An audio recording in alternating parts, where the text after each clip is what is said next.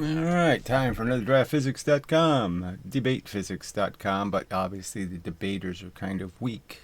you know, I have 12 5-minute videos there, and not one of them has been coherently responded to with any kind of counter assertions based on anything called a fact. Alright, so moving on. So physicist Michael, I have attempted, to get him to interact, to answer questions, but he really won't. And it continues, and no one's going to force him. So all of these interesting questions will remain unresolved by, the deep kind of conversation that's required to get to the truth. It's not going to happen because all these little naysayers and bandwagon riders don't want that to happen. It's clear. I've made clear points about paradoxes, so we could just go with the bouncing ball on the anvil, the brozo, dispar, mindless marbles, empiricist, whatever, all you people. You really think that each time the ball bounces, it bounces 200 times, that each time it bounces, it pushes the earth. The earth moves a distance. It actually happens. The energy goes into the earth each time. The earth is affected and it moves. But the ball, I just put 1 unit of energy in. So I just put one of this in. This is all I put in, this. And the earth goes dun, dun, dun, dun, like a jackhammer. It just keeps going, getting more and more and more momentum. Maybe 20 times the momentum, maybe 50 times the momentum I put in. The earth absorbs. You really think that happens?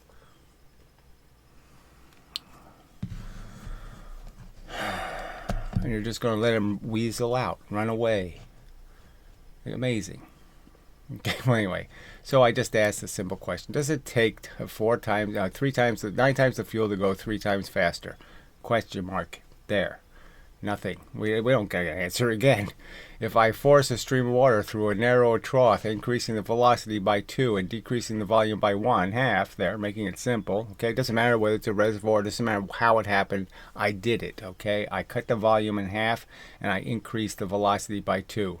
Can I get more energy out of that water? Okay. Will it make a water wheel produce more joules of energy? The truth is it won't. It's an established fact for hundreds of years. But he won't answer the question. All right. So he says a last response. Well, I'm just saying publicly I'm going to continue to ask questions, so you'll have to block me, I guess, right? So you're saying I'm not allowed to ask my polite questions. I haven't said anything untoward in your comments section. Okay, I haven't said anything about your personal life in the comments section, even though you allow people to comment on my personal life in your comments section. I haven't done any of that. Okay, but go ahead, block me. All right, and you'll just demonstrate that yes, you can't suffer the conversation. I've pointed out I'll pay you to endure my insufferability. What's your price? Make a public statement saying this is how egregious it is. I just can't stand it. It's too much. He asked me questions. And that's all I did. I asked you simple questions. You gave complex, convoluted, nonsense answers. And I'm not allowed to say that. I'm not allowed to describe them accurately for what they are. Convoluted evasions. And that's all you provided. That's all you have provided is convoluted evasions of the simple questions. What are the implications of your theory? Do you believe 8-pound bowling balls going twice as fast as 16-pound bowling balls knock down twice as many pins? Do you believe it or don't you believe it? Does your physics say so or does it not say so? It's just amazing evasions. All right. So last response or not, I'm not done. Okay. This physics argument isn't over, and I'm going to keep making the argument, and I'm going to keep applying scrutiny to what you're saying. Okay, so that's going to happen regardless of whether you respond. Okay, an object of mass m going from rest to speed 3v will require 9 times the energy of an equal mass object going from rest to v. So that's what he says, right? But now he'll say, no. It doesn't happen. So he's basically saying, yes, it takes 3 times the fuel to go it takes 9 times the fuel to go 3 times the velocity. But here we go. How much fuel that specifically takes depends on, so all of a sudden the fuel is doesn't matter. We can't figure it out somehow. So somehow if I'm going 30 miles to 90 miles or 20 miles to 80 miles or whatever the ratio is, somehow we're going to get completely different answers. Somehow. How much fuel specifically takes depends on how that fuel is being used. I mean, it's I'm putting wattage into an electrical line into a motor. We know the motors can be 80% efficient or 90. There's nothing complicated here. We're saying what's the basic trend. Come on. Throw back as a rocket exhaust, burn power heat engine, electrical energy and electrical engine. So again, he's saying that somehow these different things behave completely differently, when I would argue that no, the principles underlying are the same. You really can't play this game that it matters what the exhaust is doing. It doesn't. If you force a stream of water, so that's his answer, right? So it depends. It specifically depends. How does the amount of fuel specifically depend? Does it or does it not? If I'm in a car and I'm going to go somewhere, all right, and I'm going to decide I'm going to go at 30 miles an hour rather than 10 miles an hour, what fuel do I have to put in the car? I mean, come on. He just won't answer the question. All right. If you force a stream of water through a narrower trough, yes, the kinetic energy of the water increases.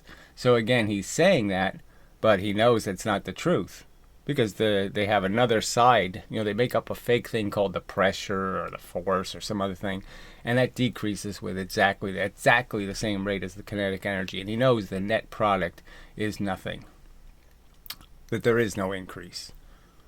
So he's saying there's an increase in kinetic energy, but the kinetic energy is somehow destroyed or compensated for by an equal decrease in some other kind of thingy. Okay, that's all. They just make up a fake thing to undo the kinetic energy increase. I mean, it's that convoluted. They just make up a fake anti-force to consume the increase in the kinetic energy. They should make up anti-kinetic energy. I mean, it really is that ludicrous. And he's going to mention Bernoulli's principle here, which is Bernoulli's principle. It's not Bernoulli's equation. Bernoulli didn't believe in mv squared. So there's no Bernoulli equation, okay? That's Bernoulli's. So this is like the same thing as slandering Newton with mv squared. It's not Newton's formula. It's not in Newton's math. It's not in Newton's understanding of force. But they keep saying it is. They keep trying to force it that way. Bernoulli basically said, yeah, you can't do anything, okay? If you increase the pressure, you decrease the volume. Increase the mass, you decrease the velocity. Increase the velocity, you decrease the mass.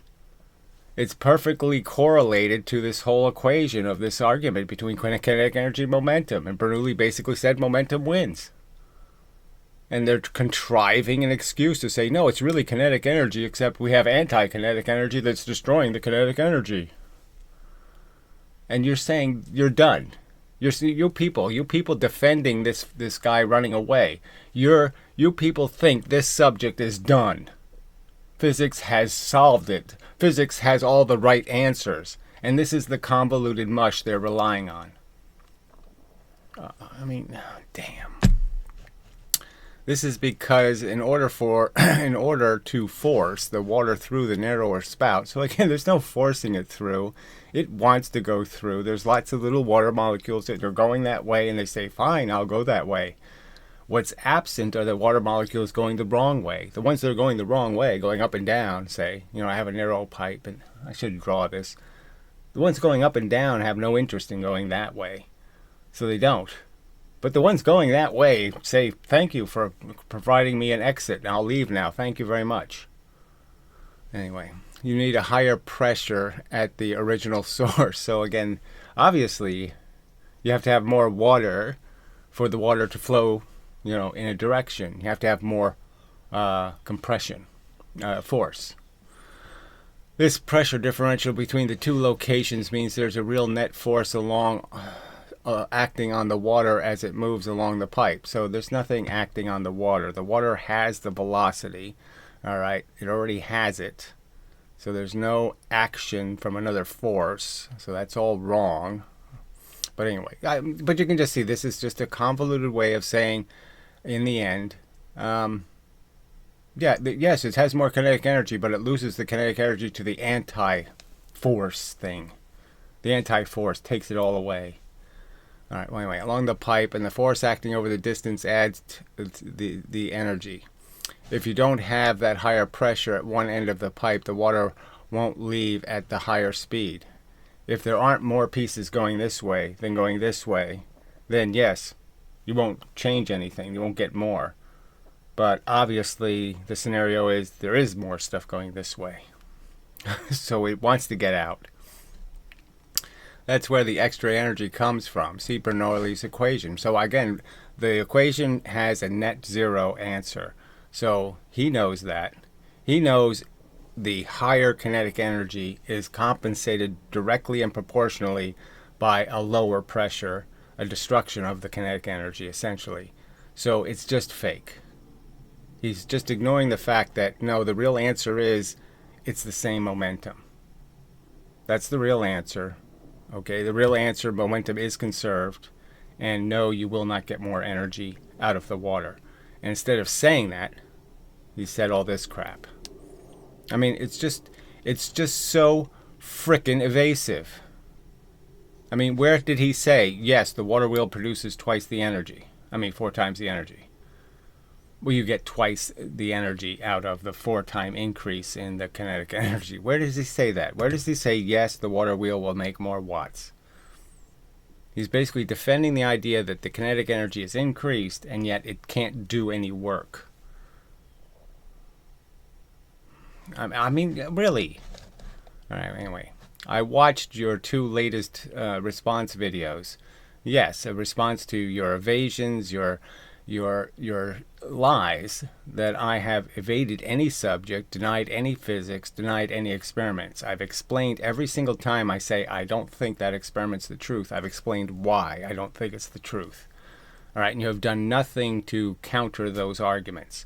Your experiment where you can create variable amounts of momentum out of the same explosion, I'm saying violates a fundamental law of physics, conservation of momentum, that Feynman would say you have to explain that, okay, because you're making more blocks of energy. And you can't make more blocks of energy. You have to explain where they came from. I mean, anyway, it's just so bad. And as I predicted, nothing but denial and insults. Well, that's a lie, okay? Lots of drawings, lots of explanations, lots of challenges to your absence of evidence. You're the one standing on a pile of nothing. That's an accusation I'm making against you. I'm saying you don't have any evidence for your theory. You've never proven it takes 5 times the fuel to go 3 times as fast. You've never defended this theory with anything called hard evidence. And for 350 years, that's the actual history. I've pointed out the history. You have not responded to the history. Leibniz provided 0 physical evidence.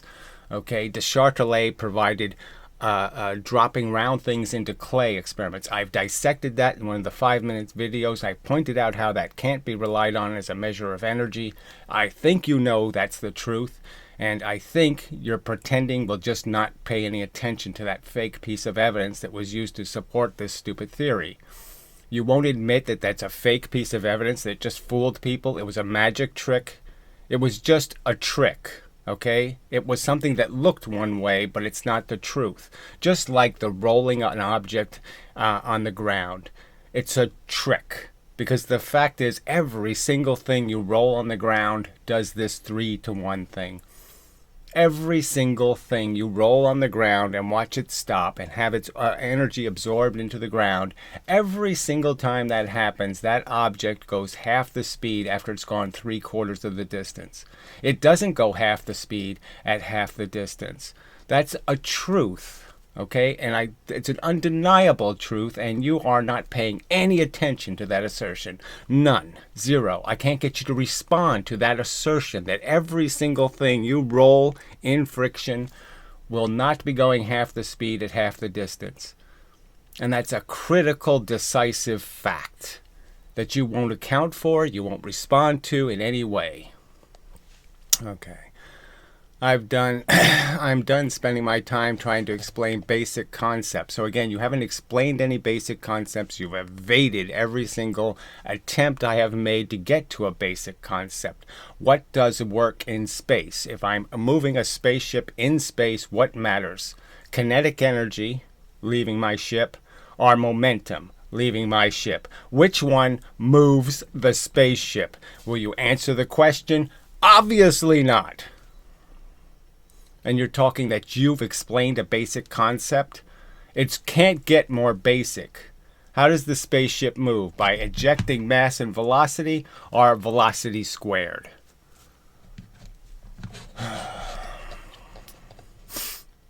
Concepts to you like the difference between claims and evidence. So again, he keeps talking about this evidence that he doesn't have.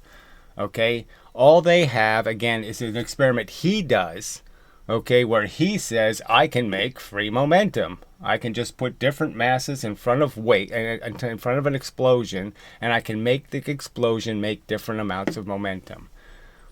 It violates everything Newton talked about. It violates everything Descartes talked about. It violates everything Galileo talked about. It's completely anti-science, in a sense, as a concept, because it's so anti-conservation of energy, conservation of movement.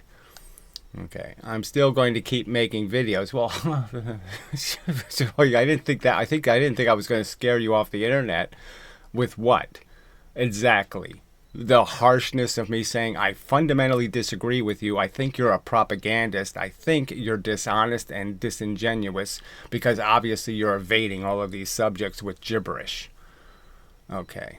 That actually show how experiments can be done. So again, propagandizing for wrong answers, okay, wrong interpretations of evidence, the scant evidence that exists. You can't interpret it correctly to save your life is the accusation I'm making. Okay, when it comes to photons, anything you want to describe, you've got the wrong answer. And it's so simple. The right answer is very simple. And you just don't want to hear it. Okay. Claims can be tested, but going out of my way to address your willful ignorance. So again, you haven't proven my ignorance. You haven't demonstrated. I've challenged you with 5-minute videos to show where I'm saying something ignorant. Show in one of the 12 videos where I'm saying something that's fucking ignorant. If you're going to make the accusation, show the ignorance. Not worth it. Well, I'm willing to make it worth it to you. So give me the price. Show me what your time is worth. Declare yourself. Say, this is how much you have to pay me to make a reasoned response. Oh, amazing crap. So this White Henry injects himself. I mean, there's no point. Because he just wishy-washies all over everything. All right. So he says an object's mass is going to a rest speed of 3v. It require 9 times the energy. So he's quoting him as saying, yes, it takes 9 times the energy. Okay, but it doesn't. Okay. But he hasn't put the but in.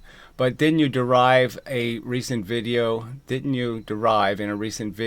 the rocket that in a rocket it takes the same amount of fuel to go from rest speed to v, and then it takes to go from speed v to 2v because the fuel requirements are independent of the frame of motion. So yes, he gave a convoluted answer that basically said, okay, on the ground there's one standard, in the rocket engine it's a different standard. I don't know why the rocket engine couldn't be put on the ground, so I don't know why it wouldn't make any difference because then you're not moving the Earth. And so why can't you just do the rocket on the ground? Instead of a gasoline engine, I have a turbine. That would imply it would only take 3 times the fuel to get to the speed 3v as it takes to get to speed v. Regarding giving up on trying to get DS to engage. Engage in what? Where have I been lack of engagement? Where is this lack of engagement? Okay, in a reasonable discussion. What is unreasonable about the 12 videos I've published? What in those videos is unreasonable, white fucking turd piece of shit? You stupid chicken shit. Names his channel after a chicken. I'm surprised you're lasted this long. So again, you're just placating this weakness this fact that you can't have a real argument about anything in your life. You've never argued with anybody ever in your life. You've never found what they're saying distasteful or disgusting and argued with them. You don't care about subjects like abortion or this or that or any of this stuff. None of it means anything to you. You fucking mealy-mouthed little fence-walking pile of turd. All right, anyway, thank you for trying as hard as you did. Oh, it was so fucking difficult. I asked simple questions. She just keeps evading them, irritating the fuck out of me, making the whole thing goddamn pointless. I offered him the money from the very fucking beginning. All right, I said right from the beginning, I'll pay you to do it, okay? Just answer the fucking questions. Just play the fucking video I'm making, show the goddamn drawing, and then explain how the fucking drawing is wrong. Would he do it? No. And you're saying you should give him a goddamn Emmy or something, because boy, he had to act so, it was so difficult to engage in the conversation. Because I made it so difficult, because I made a rational physics argument, detailing it really simple, and he responds with nothing. I detail how Leibniz was a kook, okay, nobody believed what he said. He had no evidence, of course, so yeah, the Newtonians weren't morons. They didn't fall for something that had no evidence. And then Deschardelet, well, she was sort of a slut and everybody loved her, so she could sell anything to anybody. And you jackasses bought it 350 years ago, and you're still sitting there selling this fucking pile of nothing. This unevidenced pile of crap. Damn. So I don't even know if I want to bother reading more of this crap about how relativity makes it impossible for us to answer the question. Nope, can't answer the question. How much fuel does it take to get to the store? Because relativity just makes it all wooey and can't tell. I mean, it's amazing bullshit. Oh, fuck. A spring is twice as compressed. Will it push a half-mass object twice as fast? Will it conserve the momentum? I mean, this is too challenging a question. Relativity has to break all logic and we can't answer the question? Oh, anyway, that's what I meant about the amount of fuel depending on how it is being used. In the rocket case, the vast majority of the energy is actually going into the exhaust. So it's not the vast majority. It doesn't even make sense what he's saying. That's like saying I'm on a spaceship. I throw this out the spaceship. That's like saying the vast majority of the energy went to throwing the piece of shit out of the spaceship. No, it didn't. 50% went my way, 50% went that way. It's basically an explosion. Every time you throw something, it's in a sense an explosion. Everything comes down to an expansion or a contraction, an increase in pressure or decrease in pressure. Everything kind of is dependent on that. That's how everything works, because it is in fact a push universe. Another question you don't want to answer. You don't want to pursue this truth. Can we find out whether it really is just a push universe? That push does answer all the questions? That any circumstance I can always find a push and I'll never find a pull? No, you don't want to do that. Oh, people are all so anti-science. Okay. Not much of it goes into the rocket when the rocket is at rest. So, does that make sense to you people? So that makes sense to you. That somehow a bunch of fuel is being spewed out of the rocket, but no, you're not really using any of it. You're not getting any benefit out of it.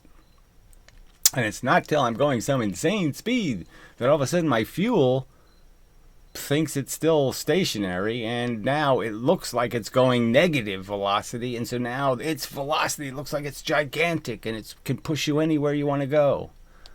That's just such silly crap. As the second and third helpings of fuel are used. I mean, you can just imagine how hard it would be for the fuel to go out of the rocket engine if it's going already in a direction. It's going this direction. It would have to double its speed, okay, to go out of the rocket engine at the same speed it was going when you were on Earth.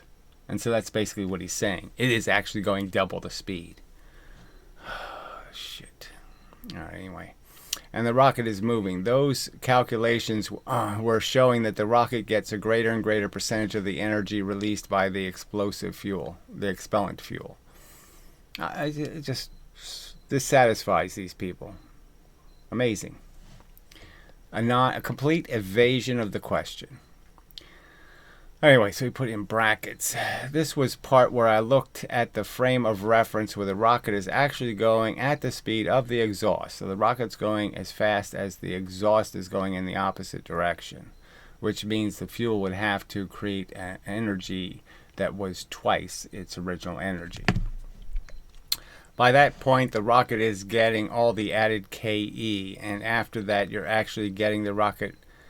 You actually get the rocket gaining the KE released by the fuel, plus even more KE that is lost by the fuel still in the rocket going from a very high speed. So again, none of these things had anything to do with going the speed of light, and that's the speed of the fuel, by the way, the real speed of the fuel, to the far lower speed after being ejected. But in all these cases, the total KE increases as the fuel is used, stays the same regardless of the reference frame. So again, he just undoes what he just said, and he's basically saying, no, with rockets, yeah, no, it doesn't.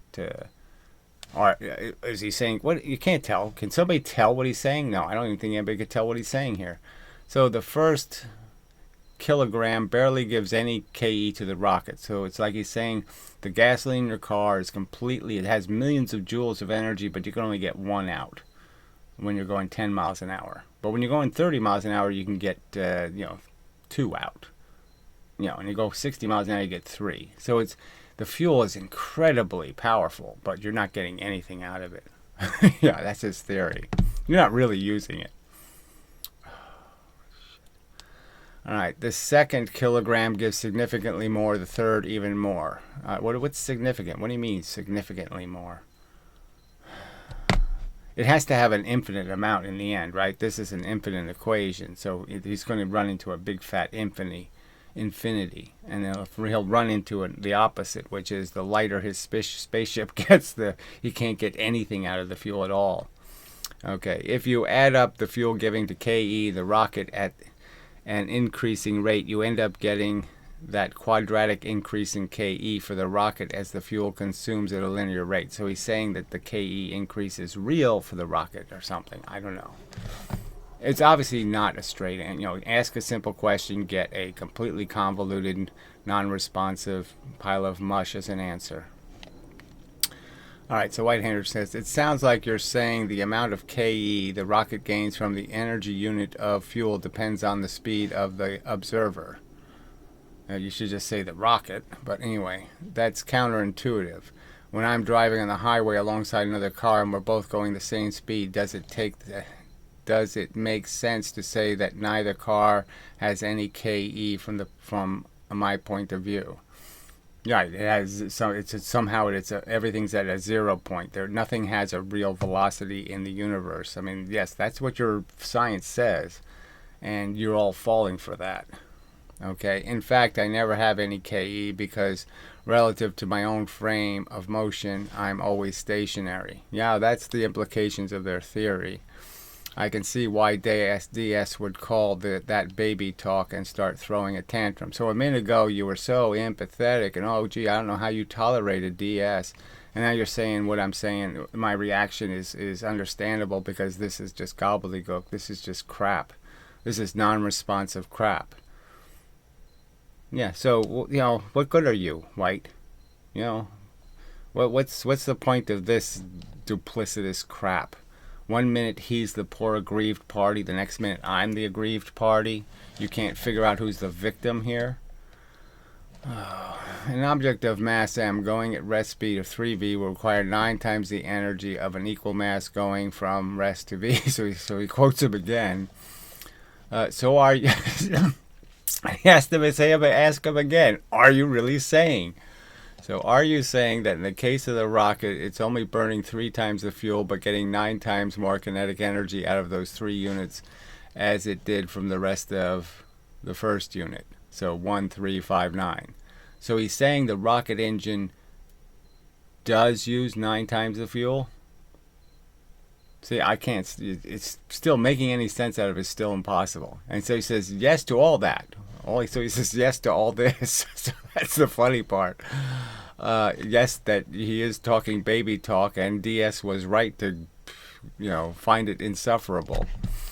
Okay, would be, okay, 135 would be smoothed into a continuous function as the units of fuel get very small. So what does that even mean? It's it gets smoothed, or once you get to the speed of light, everything smooths out.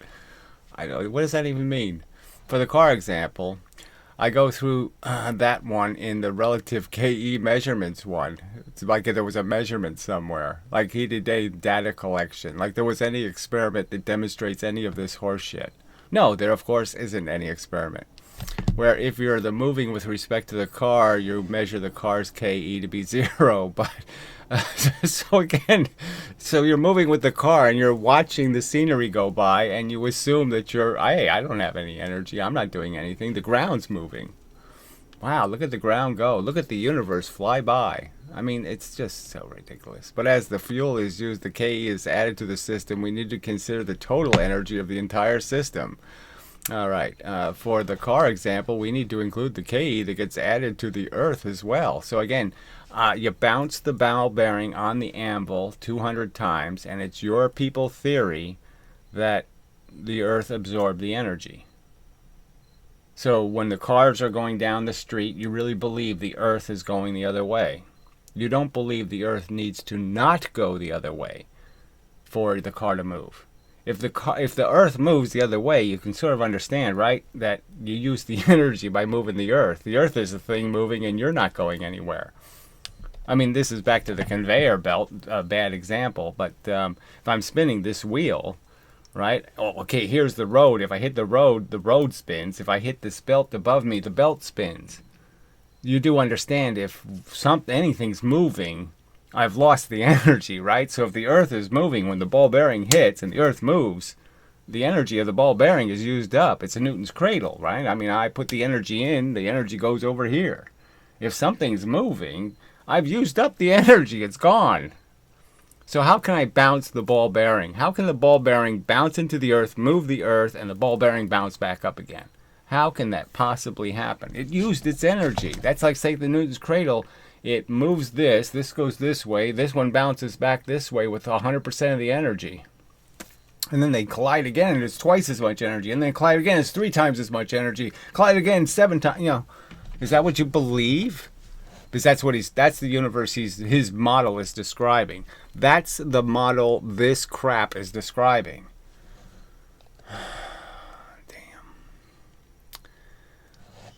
All right, for the car example, we need to move the earth as well. Do you really think we do? Okay. When the fuel is used, we need to consider the energy added to the entire system. So more crap about there was added energy to the system. Somewhere we added energy. We put gas in our car, we start our car, and somehow the universe adds more energy. No, it doesn't.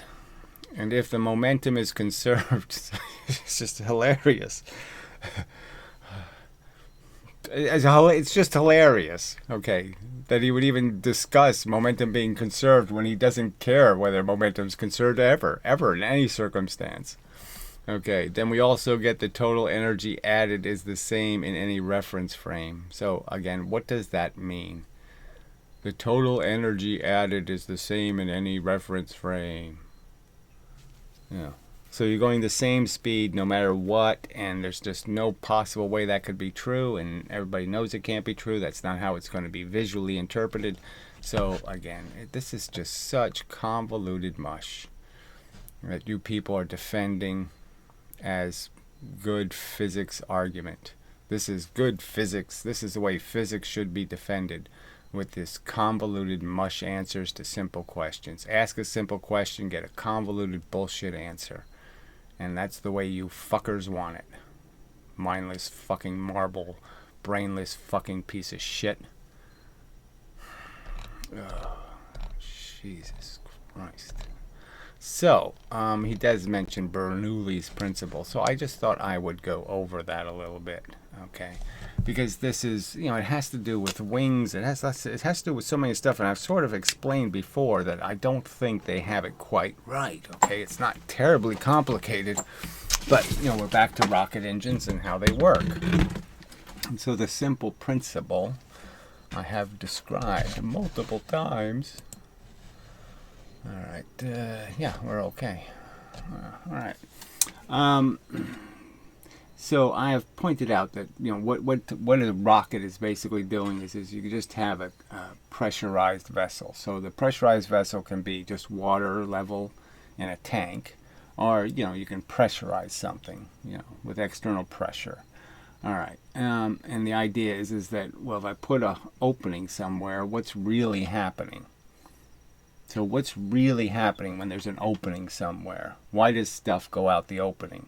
Well, it's because there's the water pressure and the movement are two different things. So that's sort of the essence of the Bernoulli principle is that the pressure, that is how close the water molecules are to each other, okay, doesn't change when you move the water. So the movement of the water and the pressure of the water are not connected. They're not the same thing. They're not meaningfully related to each other. So there are other things you can make analogies to. Just think for a minute. Pressure, well, I'll get back to it when I remember it. But in a sense, this can be tied to electricity, okay, and like, transformers. All right. So there's different ways you can relate this principle. Just throwing things, so the velocity off a cliff argument, okay, it's related to the silly Brozo crap. That, when something falls on this parabola, what's happening is this direction is not interfering with this direction. And the fact is that this direction caused by gravity, it's a constant force, you can't escape it, blah, blah, blah. It's going to decide. And yes, you go twice the velocity, you'll go twice the distance. Twice the velocity equals twice the distance. Because this is a constant rate that it's going down this way. You can't change that. So there's no consumption of the energy in this analogy. Okay. So anyway, all right, so back to this. So what's really happening here is that whatever pressure there is different than an idea of movement through a pipe. So let's say I was pressurizing it in one direction. That is, I pressurized it by pushing water in this direction. Okay. Now, what do you have in here? You have lots of water molecules going. You have water molecules going this direction and this direction, this direction, this direction, equally. And now you have given them this direction. So now the molecules themselves are moving in this direction. So you have an added component in this direction. And when you've added a component, that means you can increase, okay, because this is basically going to be a filter now. So all the little water bits going this way, there's still water bits going this way, there's still water bits going this way, there's still energy going this way, there's still energy going that way. But the key point is the stuff going this way, okay, what's it going to do? It's going out. All right, and other stuff can hit it. Like this is basically a proof of conservation of direction in a sense, right? Because a little bit could have been going this way, but he's going to get hit by this extra movement element, and he's going to be hit. And now he's going to go that way, and the PC hit is going to go the way he was going. So it's exchanged. And so now the stuff goes out this pipe. All right, because you've made an opening for anything going this way. So every time something hits this hole going that way, it escapes. When it's going this way or that way, it doesn't escape. And it's really that simple. So the pressure here, okay, is going to end up being greater. So if we measure how much the pressure is here, the pressure here, okay, is going to be greater than the pressure here, because all of the stuff in here is going this way. There's very little stuff going this way and a whole bunch of stuff going this way. All right, so yeah, if I measure the pressure here, it's going to be much less pressure because this stuff is really moving this way, and when it's hitting stuff, it's barely hitting stuff going up this way, and it makes some exchanges. So sometimes it's an exchange and it pushes something down this way, but most of the energy is in this direction. So most of the pressure is in this direction. The movement, anyway, is clearly in this direction. This is still happening. So the water's still going jiggly. It's still bouncing up and down, but it's moving in this direction. All the stuff moving in this direction is now in the pipe. So this is going to be like a 50. This will be twice, 2x, the pressure of this. I mean the absence of pressure. This would be twice the pressure of this, because this has the same, they all have the same jiggle, but this one has the 50% extra motion in this direction. I guess that's a way to say it.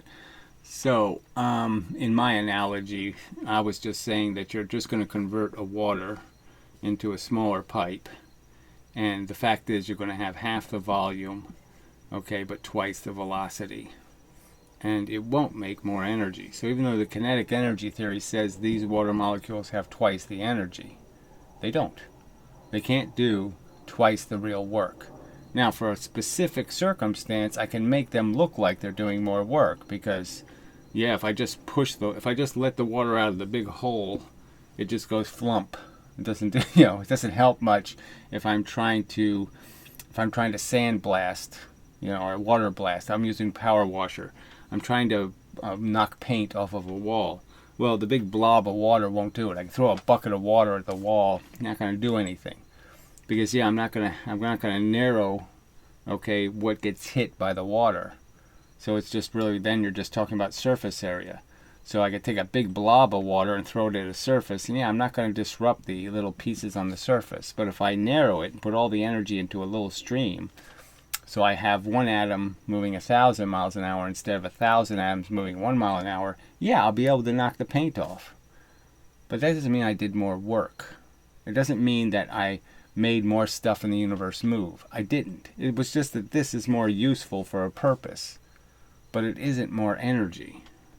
And this is a fundamental concept. So it happens with a transformer, right? I mean, if I want to, I can increase the voltage, all right, but it won't do me any good because I'll lose half the amperage, or vice versa. So if I put 12 volts in and I want to get 24 volts out, unfortunately I'm going to have 1 amp here and I'm only going to have 2.5 amp over here, because it does have to essentially conserve the momentum. The total energy has to be conserved in the sense the total movement, okay? You're increasing the speed of the electrons here, and you're basically decreasing the volume over here. So you increase the speed here, but the volume of electrons is decreased in your secondary. I mean, it's so easy to understand, and your people won't pay any attention to how the simple model, the momentum model, explains transformers, it explains reservoirs, it explains things flying through space, it explains all of this stuff perfectly well. And you're dissing it and puking on it, okay? Why? To believe in a fairy tale that doesn't mean much, that doesn't have any, there's nothing backing it up. There was nothing at the very origin of its invention. It was invented by a guy who thought physics was getting too atheist. That's who it was invented by, okay? And then it was called vis viva, living force. And then it was resurrected by a little wooey free will kind of believer, a little crystal rubber, with these little fake, let's drop round things, okay? Round things that have whose shape is not linear, obviously, right? A round thing doesn't have a linear shape, right? The shape is changing all the time. So obviously you can think that as it falls through something, that non-linearity is going to make a difference. Does physicist Michael know what nonlinearity means? Does he understand that round things change their shape? They don't have a consistent shape, so as they go deeper and deeper, they're going to be doing something different to the clay. As this shape changes, right, when the flat surface at the bottom, the vertical surface on the side, that's what you're really talking about. Can physicist Michael understand that maybe those shape changes are different and they'll have a different effect on how you're going to move the clay? Can he understand that this means you have to go 2 directions? You have to push down and push sideways, or here you're just pushing sideways? Can he understand the concept, or is he too ignorant, and is he too much of a reasoning denier and a logic denier? He's clearly denying that my 5-minute video on the subject doesn't perfectly explain how it does work, and that it's perfectly accurate, and that it is perfectly the truth. That the clay experiment, dropping round things in clay, had no credibility as a theoretical way of detecting energy. It's not credible. Just as rolling things on friction surfaces in gravity is not a credible way to analyze how much energy is being dispensed into the ground. Because clearly the fact that it goes 3/4 of the distance before it goes half the speed proves the fact. You're saying it's okay that this coward and weasel can weasel out. You're my last response. I won't answer any of these questions. I won't answer any of these points made. I'll pretend they don't exist. I'll pretend they're crank comments. They're flat earth responses. They really don't have anything to do with mechanics and physics. They're not reasonable. They're not logical. No, we'll just pretend. And that's what you clowns are endorsing. That's the world you want. A world where the clowns, these fucking bullshitters, can get away with lying and deceiving and propagandizing and talking shit about, lowering wages is good for the economy. Creating more desperation is excellent. They can talk any kind of shit and you'll buy it.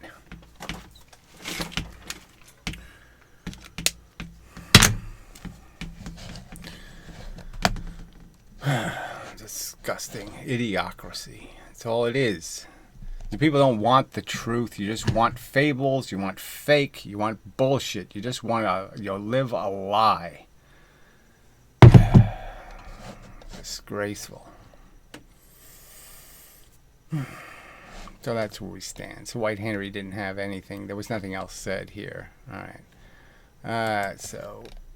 The last comment was PhysicistMichael, and that was it. So, apparently White Henry is satisfied with absolute crap as an answer.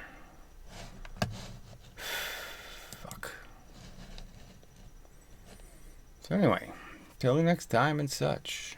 I mean, I can only do my job, and you people are failing to do your job in being in participating in this trial. Okay, it's a real trial of facts. There's real facts. There's real arguments to be made, and you're watching these performers, okay, and you're claiming that this guy who's evaded every single question I've asked, he's Johnny Cochran. He's gonna save you from the persecution of the poor black man. Is that what's in your head here? He's the savior, the liar, conniver, weaseler. He's defending the integrity position. No, it's absolute shit. All right, and you're defending shit, and you ought to be ashamed of yourselves. It's disgusting. Again, the Eddington experiment. You really think it's credible physics? You have this phenomenon, the theory that the photon is bent twice as much by gravity. It's already miraculous that it's bent at all, because no other force is touched by gravity. But it's not only bent, but it's bent twice as much as all the other material objects in the universe. That's what's at stake, that claim. And you just couldn't care if they ever did the experiment from the space, where there's 400 times better resolution, where theoretically you could do the experiment with twice or 3 times the credibility by just looking at Saturn. I mean, the one in front of that. God, it really sucks getting old. Yeah. Venus.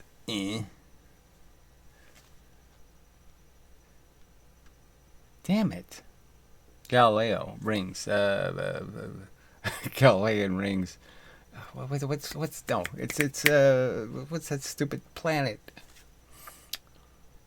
Oh, anyway, it doesn't matter. The one before Saturn. The big one. Yeah, so they could do the experiment there. They could just look there and see it.